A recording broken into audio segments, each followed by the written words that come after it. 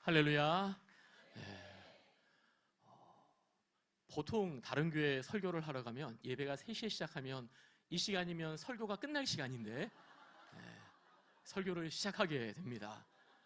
왜 이 예배 이름이 열정 예배인지를 알 것 같아요. 네, 정말 대단하십니다. 예. 우리 옆에 계신 분들에게 인사해 보겠습니다. 열정이 가득한 당신을 하나님이 좋아하십니다.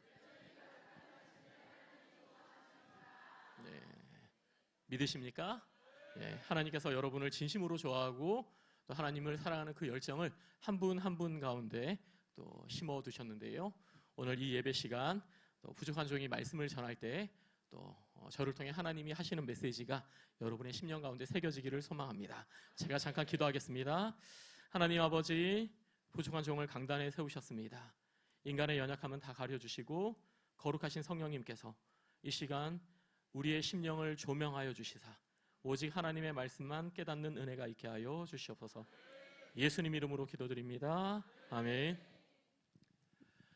한 달쯤 전이었습니다. 제25회 밀라노 꼬르티나 담페쪼 동계올림픽이 막을 내렸습니다. 이름부터가 어렵습니다. 밀라노 꼬르티나 담페쪼. 네, 발음이 조금 괜찮죠? 네.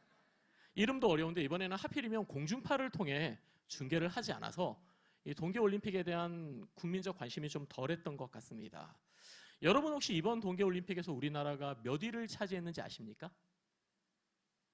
벌써 잘 모르시잖아요. 그죠? 예. 금메달 3개, 은메달 4개, 동메달 3개를 얻어서 13위를 차지했더라고요. 저도 설교를 준비하면서 인터넷을 찾아보고 알게 된 겁니다. 몰랐어요. 이렇게 국민적 관심이 좀 덜했던 동계올림픽이지만 그럼에도 불구하고 혜성같이 나타난 한 선수가 있었습니다. 누구죠? 람보르길리 김길리 선수. 여자 쇼트트랙 1000m에서 동메달, 1500m에서 금메달, 3000m 계주에서 금메달을 딴 람보르길리 김길리 선수가 모든 국민의 마음속에 이름 3글자를 확실하게 새기게 되었는데요. 아마 다들 아실 거예요. 예. 그러면 김길리 선수 말고 쇼트트랙 국가대표 다른 선수 이름은 혹시 아십니까? 그래도 한 명은 아실걸요? 최민정. 예, 최민정 선수는 아셔야 합니다. 하계올림픽, 동계올림픽 통틀어서 가장 많은 금메달을 가지고 있는 사람이 바로 최민정 선수이기 때문에 우리는 최민정, 김길리 정도의 이름은 알고 있습니다. 사실 금메달을 따고 우리에게 기쁨을 안겨준 선수들을 향해 우리는 환호합니다. 그리고 그 이름도 기억합니다. 이것은 지극히 당연한 일입니다. 하지만 다른 선수들의 이름은 우리가 잘 모르거든요. 그런데 생각해보면 그 두 선수뿐만 아니라 모든 선수들이 다 최선을 다했습니다. 말 그대로 피나는 노력을 했습니다. 그리고 사실 실력도 어마어마합니다. 이 대한민국에서 쇼트트랙 국가대표가 된다? 이거는 정말 하늘의 별 따기만큼 어려운 일입니다. 그런데도 우리는 김길리, 최민정 정도는 알아도 다른 선수는 잘 모르지요. 이유가 무엇일까요? 왜 그러는 것일까요? 저는 그 이유가 1인자이냐 2인자이냐 여기에 있지 않나 생각해 보게 됩니다. 넘버 1이냐 넘버 2냐 그게 이유다라는 거지요. 솔직히 세상은 1인자에게 주목합니다. 1인자에게만 박수를 보내고 1인자의 이름만 기억해 줍니다. 제가 예전에 청년부 사역을 할 때 한 청년이 저를 찾아와서 그런 얘기를 하는 거예요. 목사님, 세상 사람들이 1인자만 주목하고 1인자만 알아주는 것처럼 성경도 1인자에게만 주목하고 있는 것 같아요. 성경을 읽어보면 여호수아에 대해서는 많이 이야기하는데 갈렙에 대해서는 별로 얘기하는 게 없잖아요 라고 이야기를 하는 겁니다. 그래서 자기가 봤을 때 성경도 하나님도 1인자에게만 관심이 있으시구나 라고 생각이 됐다라는 것이지요. 여러분은 어떻게 생각하십니까? 우리 하나님도 세상과 마찬가지로 1인자에게만 주목하시고 1인자가 된 사람만 선택해서 사용하시는 그런 하나님이실 거다라고 생각하십니까? 저는 이에 관한 이야기를 오늘 본문의 말씀을 가지고 좀 나눠보려고 합니다. 먼저 사도행전의 말씀을 가지고 이야기를 해볼 텐데요. 이 사도행전 15장은 2차 선교 여행을 준비하는 과정에 이 두 사람이 겪었던 갈등에 대한 이야기입니다. 누구와 누구의 갈등이죠? 바울과 바나바의 갈등입니다. 그러면 이 두 사람이 왜 갈등하고 서로 다퉜습니까? 이 바나바라는 사람이 마가 요한을 데리고 2차 선교여행을 가자고 말했기 때문입니다. 그런데 바울은 안 된다, 절대로 그럴 수 없다라고 반대하였지요. 그러면 왜 바울은 반대했을까요? 그 이유는 1차 선교 여행 때 있었던 한 가지 사건 때문인데요. 이 안디옥 교회는요, 바울과 바나바를 선교사로 세우고 그들을 파송했습니다. 그때 이 두 사람을 수행하도록 이 마가라 하는 요한을 함께 보냈는데요. 그런데 여러분, 이 선교 여행이 엄청나게 힘들었거든요. 아까 광고도 보고 간증하는 것들 들어보니까 우리 큰숲 맑은샘 교회는 선교사를 많이 파송하시는 것 같아요. 단기 선교도 많이 가시고 1년짜리, 그죠? 네. 어때요? 솔직히 가면 물론 너무 은혜되고 기쁨이 넘치고 그러지만 힘들잖아요. 안 힘들 수가 없거든요. 요즘 같은 세상에도 비행기 타고 뭐 4박 5일, 5박 6일 비전 트립 다녀와도 솔직히 피곤한데 2000년 전에 선교 여행을 간다. 뭐 여행이 아니죠. 선교를 간다. 얼마나 힘들었겠습니까?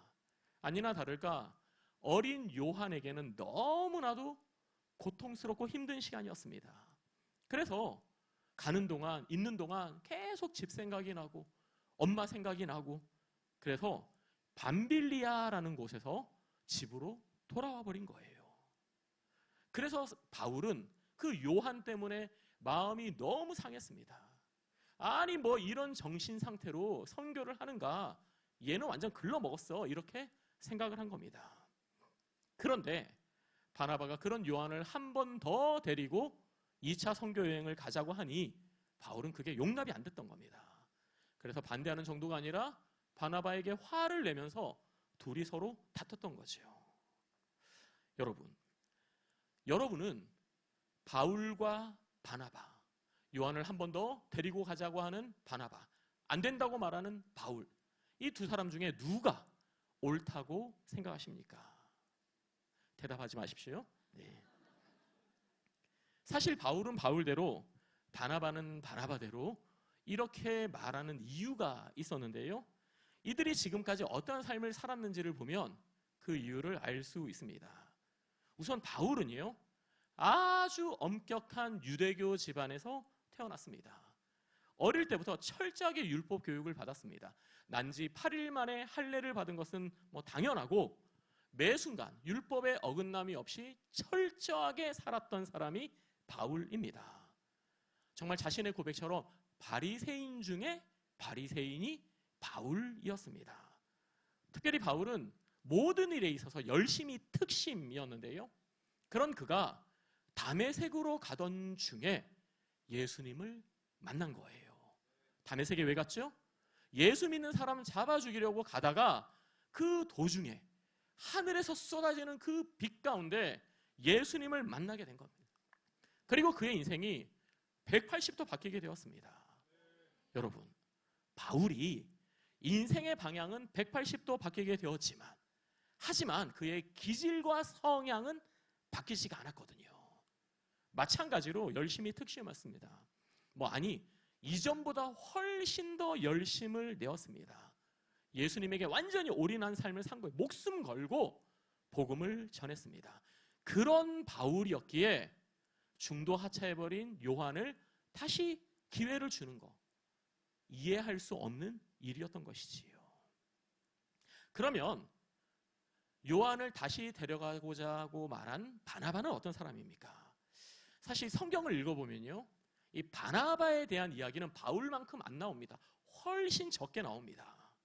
그에 관한 설명이 별로 없는데요, 안디옥 교회의 지도자 중 한 사람이었다. 그리고 그의 본명은 요셉이었다라는 정도가 그를 설명하는 전부입니다. 바나바는 본명이 아니에요. 별명입니다. 본명은 요셉이었는데요. 그러면 그의 별명이 왜 바나바였는가? 바나바, 그 뜻이 위로의 아들이었기 때문입니다. 위로의 아들.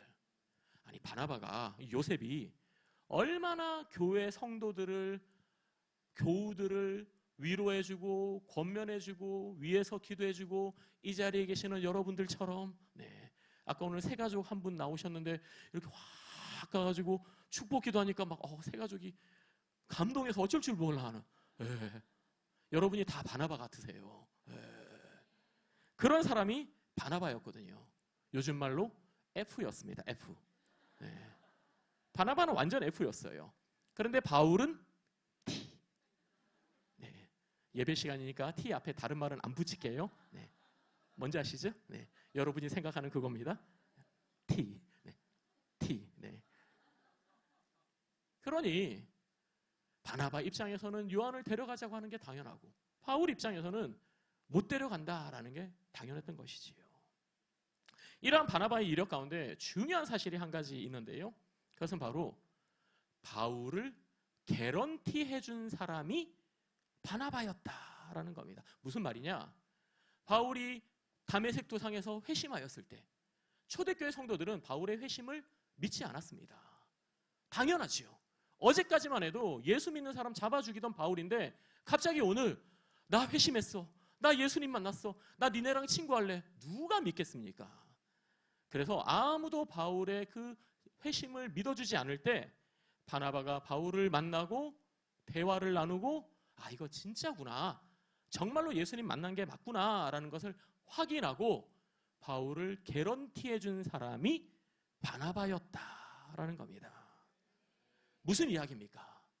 신구약 성경을 통틀어서 어쩌면 예수님 다음으로 가장 위대한 인생을 살았던 바울이 바나바가 없었더라면 성경의 역사에 등장하지도 못했을 수 있다라는 겁니다.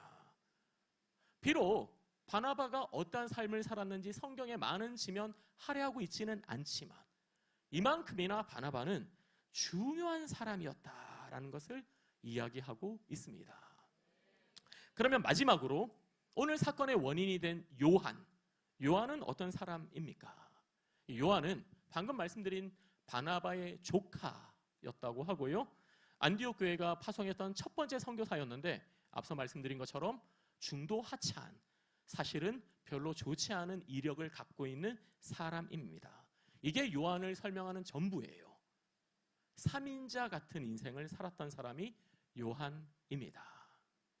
그런데요, 그럼에도 불구하고 우리가 이 요한이라는 사람을 무시할 수 없는 것은요, 이 요한이, 본문에 나오는 요한이 마가복음의 저자이기 때문입니다.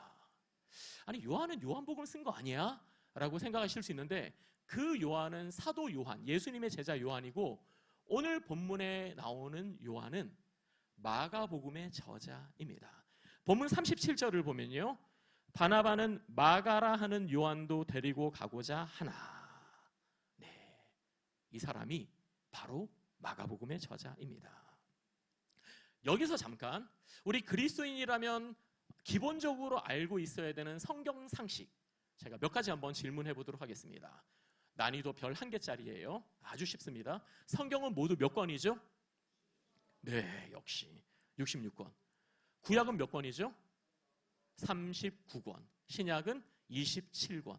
헷갈리시면 39, 27 이렇게 외우시면 됩니다. 자, 이제 난이도 별 2개짜리. 구약 성경 가운데 가장 먼저 기록된 성경은 뭘까요? 모르시나요? 구약 성경 가운데. 창세기. 질문이 너무 쉬워서 지금 당황하신 거죠. 그럼 이제 난이도 별 3개짜리. 신약 성경 가운데 가장 먼저 기록된 성경은 뭘까요? 땡.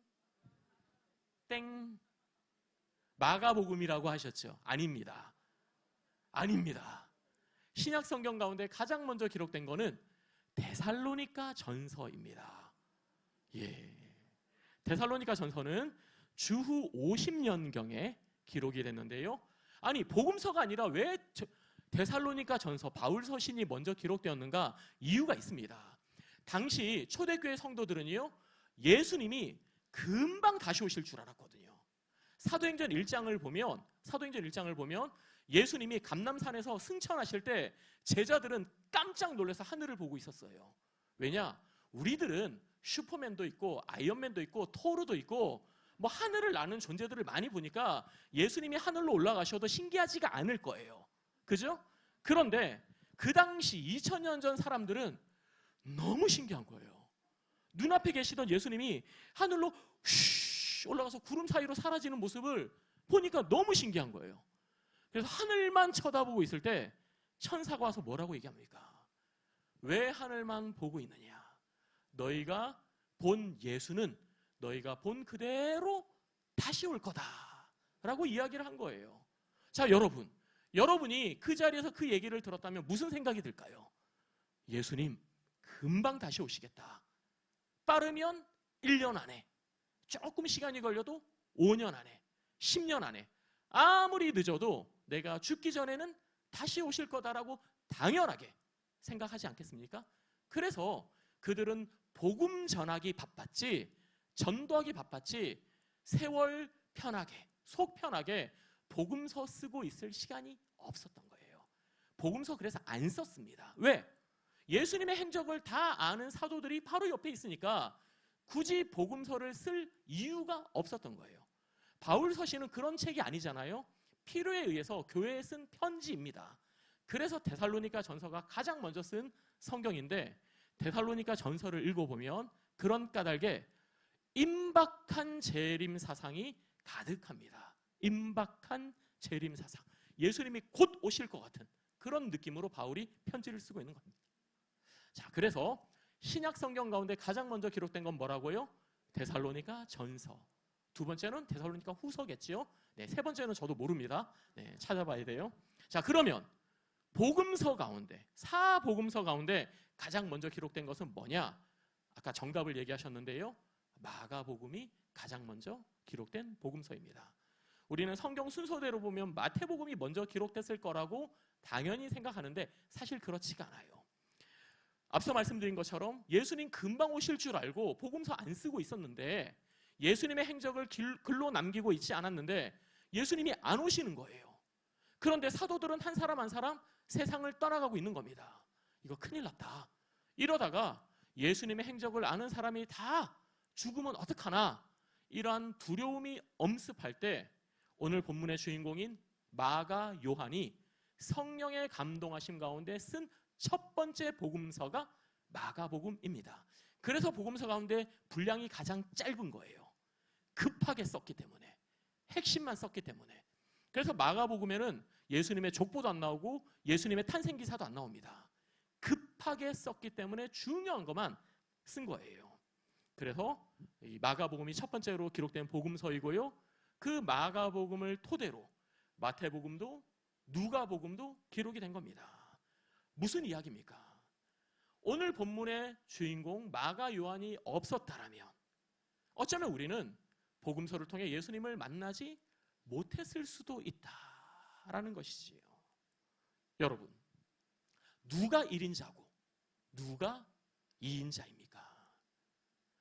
바울만 1인자고 바나바나 마가 요한은 1인자가 아닙니까? 그렇지 않습니다. 세 사람 모두 1인자입니다. 하나님 앞에서 다 1인자예요. 다만 그들의 부르심이 달랐을 뿐입니다. 3인 3색, 부르심의 색깔이 달랐을 뿐이에요. 그런데도 우리는요, 살아가면서 솔직히 바울만 1인자라는 생각을 하거든요. 오늘 제가 이렇게 말씀 전할 때는 이 시간에는 그래, 바울만 1인자가 아니지, 다 1인자지 라고 생각하지만 또 집에 가서 또 살아가다 보면 에이, 그래도 바울처럼 살아야 하는 거 아니야? 바울 정도는 돼야 하는 거 아니야? 라고 우리는 생각하기가 쉽다라는 것이지요. 세상 사람들이 보기에도 폼나는 삶을 살고 하나님 보시기에도 멋진 삶을 살아야 한다라는 생각을 우리는 은연중에 다 하고 있다라는 겁니다. 뱀의 머리가 될지언정 용의 꼬리는 되지 말아야 한다라는 생각을 은연중에 다 가지고 있다라는 겁니다. 저는 대학교에서 성악을 전공했습니다. 예. 성악 전공한 사람 처음 보시나요? 네. 대학교에서 성악을 전공했는데요. 한때 저의 꿈은 오페라 가수가 되는 거였습니다. 못됐잖아요. 못됐으니까 안 내려오셔도 돼요. 네. 재수할 때 있었던 일인데요. 재수생 시절 저는 한 대학교 선교단체 형들이랑 같이 생활을 했는데 함께 사는, 저는 재수생이고 나머지는 다 대학생이었어요. 함께 사는 형들 중에 나이가 제일 많은 형이 하루는 저에게 물어보는 겁니다. 형준아, 너는 왜 노래하니? 너는 꿈이 뭐야? 라고 물어보는 거예요. 이때다 싶어서 기다렸다라는 듯이 저의 꿈을 이야기했습니다. 당시에 저의 꿈이죠. 형, 저는 세계적인 성악가가 될 겁니다. 세계적인 성악가가 돼서 시드니 오페라 하우스에서 독창회를 할 겁니다. 그리고 모든 노래를 오페라 아리아로 부른 다음 마지막에 앵콜곡을 주기도문을 부르면서 하나님께 영광을 돌려드릴 겁니다. 네, 이게 정상적인 반응이잖아요, 그죠? 네, 자, 이렇게 얘기하면 여러분처럼 와 그러든지 아니면 대단한데? 그래, 형이 너의 꿈을 응원할게, 내가 너를 위해 기도할게, 이럴 줄 알았어요. 그런데 그 형이 저에게 뭐라고 했는지 아십니까? 형준아, 네가 말하는 하나님의 영광이라는 게 정말로 하나님의 영광이니 아니면 너의 영광이니? 라고 이야기했습니다. 지금 생각해보면 그 형도 T인 것 같아요. 네. 네. 그럼에도 불구하고 저는 아무 말 하지 못했습니다. 뒤통수를 한 대 얻어맞는 느낌이었어요. 왜냐하면 그 형의 말이 사실이었기 때문입니다. 하나님의 영광, 하나님의 영광이라고 말했지만 사실은 그게 다 내 영광이었거든요.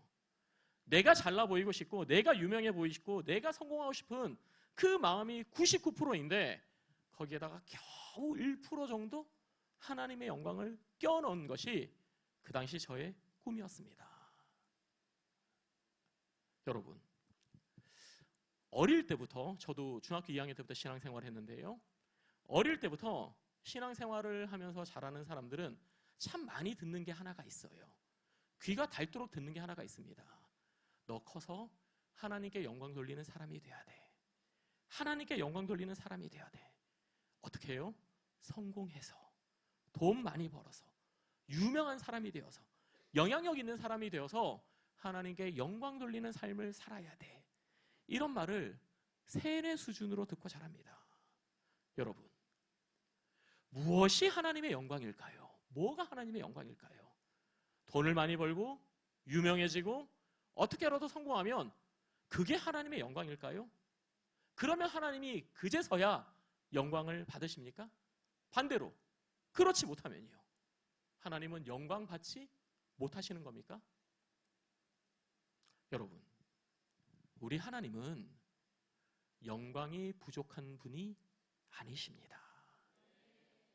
하나님의 영광이라는 것이 늘 2% 부족한데 우리가 애쓰고 노력해서 뭔가를 이룬 다음에 그 2%를 채워드려야지만 비로소 영광 받으시는 그런 분이 아니십니다. 사도행전 17장 24절 25절을 제가 읽어드리겠습니다. 우주와 그 가운데 있는 만물을 지으신 하나님께서는 천지의 주제시니 손으로 지은 전에 계시지 아니하고 또 무엇이 부족한 것처럼 사람의 손으로 섬김을 받으시는 것이 아니니 이는 만민에게 생명과 호흡과 만물을 친히 주시는 이심이라. 아멘. 네. 우리 하나님은 뭐가 부족한 분이 아니시라고 말씀하고 있습니다. 뭔가 부족해서 사람의 손으로 섬김을 받아야 하는 그런 분이 아니라고 분명하게 성경은 이야기하고 있습니다. 그렇습니다, 여러분. 우리 하나님은 나의 행위, 나의 업적, 나의 노력으로 영광 받으시는 그런 분이 아니십니다. 하나님의 영광은 영원부터 영원까지 이어집니다. 우리는 그 하나님의 영광을 위해서 사실 할 수 있는 게 없습니다. 여러분, 내가 아르바이트해서 돈 한 10만 원 벌었어요. 이 10만 원을 어디다 쓸까? 그래, 요즘 삼성의 이재용 회장이 좀 힘든 것 같더라. 내가 이 10만 원 주자. 이런다고 이재용 회장이 감동할까요? 와, 너무 고맙다. 내가 평생 너를 잊지 않을게. 이럴까요? 아니요. 우리가 아무리 애쓰고 노력해서 뭔가가 된다고 해도 온 우주에 가득 찬 하나님의 영광에 비하면 택도 없습니다. 아무것도 아니에요. 그러기에 하나님은 사실 우리에게 뭔가를 요구하지도 않으십니다. 이런 사람이 되라, 저런 사람이 되라, 돈 많이 벌어라, 유명해져라, 성공해라, 이런 말 하지 않으세요. 1인자가 되라 말씀하지 않으십니다. 다만 한 가지, 매일매일 오늘이라는 시간 속에서 믿음의 선택을 하기를 원하세요. 뭐 10년 뒤에, 20년 뒤에가 아니라 오늘 내가 믿음의 선택을 하기를 원하십니다. 일단 이 자리에 계시는 여러분들은 다 믿음의 선택을 하신 것 같아요. 특히 우리 앞에 있는 젊은 친구들, 라이온스 파크에 가고 싶은 유혹을 뿌리시고 예배당에 있는 것부터가 대단한 믿음의 선택이라고 생각합니다. 오늘 설교를 시작하면서 제가 성경 두 곳의 말씀을 읽었는데요, 사도행전과 룻기의 말씀입니다. 룻기의 말씀이 그 증거입니다. 여러분, 룻이 누구입니까? 룻은 이방 여인이었습니다. 모압 여자였어요. 이 구약의 율법을 보면요, 룻의 민족이었던 모압 사람들은 하나님의 백성 이스라엘 총회에 절대로 들어올 수가 없었습니다. 신명기 23장 3절을 새한글 성경으로 읽어드리겠습니다. 암몬 사람이나 모압 사람은 여호와께로 모인 무리에 들어오지 못하도록 하십시오. 그들의 10번째 세대 후손이라도 여호와께로 모인 무리에 영원에 이르도록 들어오지 못하게 하십시오. 네. 본래 이렇게 모압 사람은 하나님의 백성 안으로 절대 들어올 수 없는 사람이었습니다. 10년이 지나도 20년이 지나도 100년이 지나도 영원히 하나님의 백성이 될 수가 없었어요. 그런데 모압 여자였던 룻이 하나님의 백성이 된 겁니다. 그것도 그냥 백성입니까? 아니요. 다윗의 증조 할머니가 됐어요. 예수님의 조상이 되었습니다. 어떻게 이게 가능합니까? 룻이 믿음의 선택을 했기 때문입니다. 오늘 본문을 우리 저랑 여러분이 한 절씩 읽어보겠습니다. 제가 먼저 읽겠습니다. 룻기 1장 16절입니다. 16절 17절. 룻이 이르되 내게 어머니를 떠나며 어머니를 따르지 말고 돌아가라 강권하지 마옵소서. 어머니께서 가시는 곳에 나도 가고 어머니께서 머무시는 곳에 나도 머물겠나이다. 어머니의 백성이 나의 백성이 되고 어머니의 하나님이 나의 하나님이 되시리니. 17절 말씀 시작.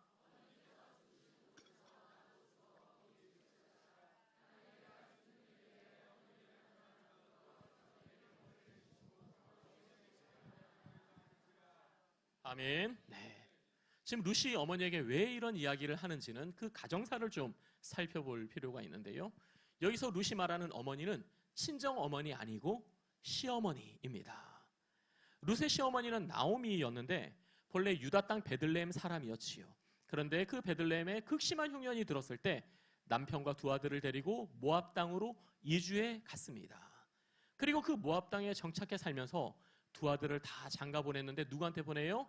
모압 여인에게, 룻과 오르바라고 하는 두 모압 여인에게 두 아들을 장가 보냈습니다. 그런데 얼마 지나지 않아 남편도 죽고 두 아들도 다 죽었어요. 집안의 남자란 남자는 모두 다 죽게 되는 끔찍한 일을 겪게 됩니다. 더 이상 모압 땅에 남아있을 이유가 없게 되었을 때 나오미는 그 두 모압 며느리를 불러다가 이야기합니다. 나 이제 내 고향 베들레헴으로 돌아갈랜다. 너희도 친정으로 돌아가라. 친정으로 돌아가서 잘 살아라 라고 이야기합니다. 그때 룻이 한 이야기가 어머니가 가는 곳에 나도 가겠습니다. 어머니가 머무시는 곳에 나도 머물겠습니다. 어머니의 백성이 내 백성이고 어머니의 하나님이 나의 하나님이십니다 라고 말했던 겁니다. 아니 여러분, 어머니가 좋으면 얼마나 좋다고 이렇게 얘기합니까? 친정 어머니도 아니고 시어머니인데 어떻게 이런 이야기를 할 수 있는 겁니까? 룻이 이러한 고백을 할 수 있었던 것은 그냥 인간적인 마음에 어머니가 좋아서 한 이야기가 아닙니다. 이거는 믿음의 선택이었어요. 계속 하나님을 섬기겠다라는 믿음의 선택이었습니다.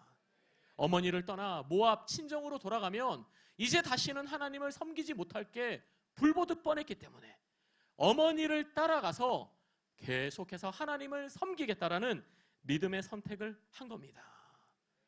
룻은 바로 이 한 가지, 하나님을 섬기고자 하는 그 마음을 가지고 믿음의 선택을 했던 거예요. 여러분, 하나님이 우리에게 원하시는 것도 딱 한 가지, 믿음의 선택을 하는 겁니다. 하나님은 우리가 오늘이라는 시간 속에서 믿음의 선택을 하기를 원하십니다. 주님이 기뻐하시는 일은 무엇일까?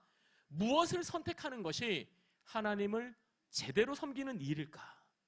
이 한 가지 질문만 가지고 그냥 단순하게 반응하기를 원하십니다. 그냥 단순하게 믿음의 선택을 하기를 원하세요. 이런 이야기를 하면 우리 청년들 가운데는 꼭 그런 걱정을 하는 사람이 있어요. 단순하게 믿음의 선택을 했는데 하나님이 나한테 1년이 아니라 한 30년 정도 선교사로 있으라고 하면 어떡하지? 단순하게 믿음의 선택을 했는데 하나님이 나보고 신학교 가서 목사가 되라고 하면 어떡하지? 사모가 되라고 하면 어떡하지? 이런 걱정하는 사람들이 꼭 있더라고요. 여러분, 우리 청년들 걱정하지 마십시오. 하나님은 인격적이신 하나님이시기 때문에 절대로 여러분이 마음에도 없는데 준비도 안 됐는데 나는 그거 싫은데 억지로 끌어다가 시키시는 그런 분 아닙니다. 정말로 아니세요. 하나님은 인격적이신 하나님이기 때문에 우리가 기쁨으로 기꺼이 순종할 때까지 기다리시지 절대 우리를 막 몰아붙이시는 아닙니다. 그러기에 우리는 그런 걱정은 붙들어 매고 내가 오늘 무슨 순종을 해야 하는지만 살펴보면 되는 거예요. 내가 오늘 어떤 믿음의 순종을 해야 하는지만 생각하면 되는 겁니다. 그런데 솔직히 그건 우리가 다 알거든요. 오늘 내가 어떤 믿음의 선택을 해야 하는지 정도는 솔직히 알아요. 이와 관련해서 헨리 나우엔이 예수의 길이라는 책에서 이렇게 이야기하는데요. 제가 읽어드리겠습니다. 당신은 오늘 밤 해야 할 일을 정확히 안다. 내일 해야 할 일도 안다. 굳이 하지 않아도 될 일도 안다. 생각과 말과 행동에서 그런 작은 일들에 충실할 때 이로써 먼 길을 갈 수 있음을 믿어야 한다. 예수님은 우리에게 멀리 뛰기를 요구하지 않으신다. 처음에는 아주 조심스럽게 한 걸음씩 나아가기를 원하신다. 네. 예수님은 정말로 여러분에게 멀리 뛰기 요구하지 않으십니다. 인격적이신 하나님이시기 때문에 결코 여러분에게 무리한 순종 요구하지 않으세요. 그저 오늘 내가 할 수 있는 작은 순종만 요구하십니다.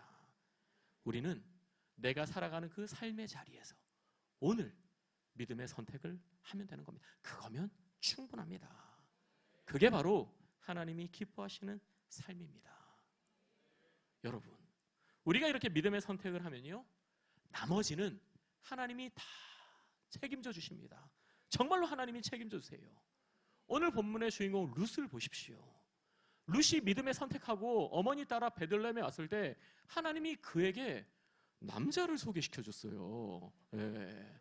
그것도 베들레헴에서 가장 멋진 보아스, 모두가 우러러보는 그 보아스를 하나님이 직접 소개시켜 줬습니다. 이 룻은 그 보아스 만나고 인생의 모든 문제가 해결됐거든요. 이제는 더 이상 걱정 없이 살게 된 겁니다. 믿음의 선택을 하면 하나님이 다 책임져 주세요. 정말로 책임져 주십니다. 저도 그랬거든요. 제 삶이 꼭 그렇습니다. 하나님이 책임져 주시는 삶을 살고 있습니다. 여러분 어디 밖에 나가서 얘기하시면 안 됩니다. 내당교회 목사님이 이랬다더라. 저희 교회 성도들도 잘 모르는 얘기인데요. 제가 사실은 이 떨어지는 거에 아주 이골이 난 사람입니다. 하도 많이 떨어져 봐가지고 이 시험 그러면 트라우마가 있었던 사람이에요. 우선은 대학을 들어갈 때 재수도 아니고 삼수도 아니고 사수를 해서 들어갔습니다. 물론 수능 시험은 3번 봤는데 나이로는 사수를 해서 대학에 들어갔어요. 상당히 저를 불쌍하게 보시는데 어쩔 수 없습니다. 그리고 제가 대학에서 성악을 전공했다고 말씀드렸잖아요. 그래서 학교 다닐 때 콩쿠르에 엄청 나갔는데 뭐 동아 콩쿨, 음협 콩쿨, 중앙 콩쿨, KBS 콩쿨, 한정 콩쿨, 수리 콩쿨, 이대훈 콩쿨, 붙어본 콩쿨이 없어요. 군대도 2번 떨어지고 3번째 합격해서 겨우 입대를 했거든요. 제가 국방부 군악대 출신입니다. 지금 차은우가 군생활하고 있는 거기서 제가 군생활을 했는데요. 이 국방부 군악대는 모병 시험을 봐서 합격해야지만 갑니다. 그런데 제가 2번 떨어지고 3번째 겨우 붙었어요. 왜 겨우 붙었느냐? 사실 그날 모병 시험 보러 온 사람 중에 제가 노래를 제일 잘했거든요. 이건 제 얘기가 아니라 진짜로 객관적으로 제가 노래를 제일 잘했는데 군악대장이 저를 떨어뜨리려고 하는 거예요. 왜? 뚱뚱하다고. 그때 제가 지금보다 훨씬 뚱뚱했거든요. 지금보다 한 20kg 정도 더 나갔습니다. 떨어질만 하죠. 이게 행사 나가면 멋있는 가꾼복을 입고 노래를 해야 되는데 아무리 노래를 잘해도 폼이 안 난다 이거지. 그래서 저보다 노래 못하는 사람을 뽑겠다라는 거예요. 그래서 제가 군악대장 앞에서 노래를 한 번 더 하면서 저 입대할 때까지 살 빼서 오겠습니다라고 약속하고 그러고 합격했습니다. 그리고 정말로 훈련소에서 15kg 빠져가지고 국방부 군악대에서 군생활했거든요. 운전면허 시험도 이것까지 얘기 안 하려고 그랬는데 운전면허 시험도 9번 떨어지고 10번째 붙었습니다. 그것도 기능시험만. 사연이 있어요. 사연이. 다음에 또 불러주시면 그건 그때 얘기해 드릴게요. 운전면허 시험 9번 떨어지면요 그 원서 뒤에다가 인지 붙이거든요. 우표처럼 생긴 거 붙일 데가 없어요. 그렇다고 이게 신청서 이 서류를 하나 더 주지도 않아요. 와 정말 그때 마음이 처량합니다. 더 이상 붙일 데가 없어. 9번 떨어지고 10번째 붙었습니다. 이 정도 되면 시험에 대해서 트라우마가 생길까요? 안 생길까요? 생기죠. 생기죠. 그래서 제가 하나님이 저보고 신학교 가라 했을 때 바로 트라우마가 올라오더라고요. 나는 한 번에 못 간다. 나는 무조건 떨어진다. 그 어려운 장로의 신학대학교 신대원을 내가 어떻게 가냐. 택도 없다. 그래도 놀랍게도요. 한 번에 붙었습니다. 아니요. 하나님께 영광을. 제 인생 최초로 한 번에 합격한 게 신학대학교 입시입니다.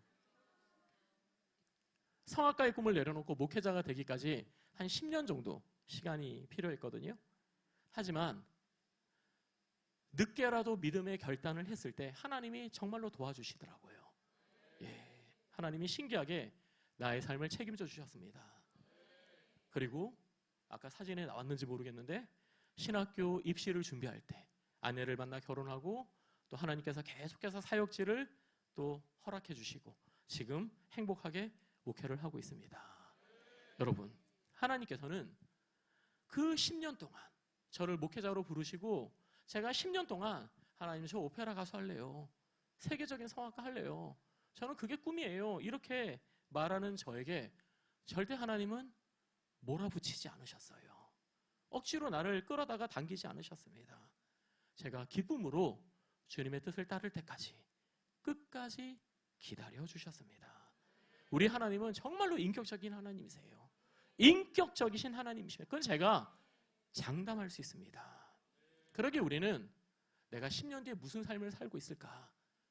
20년 뒤에 어떤 사람이 되어 있을까에 집중하는 게 아니라 그냥 오늘이라는 시간 속에서 하나님이 원하시는 일이 무엇인지를 선택하면 되는 거예요.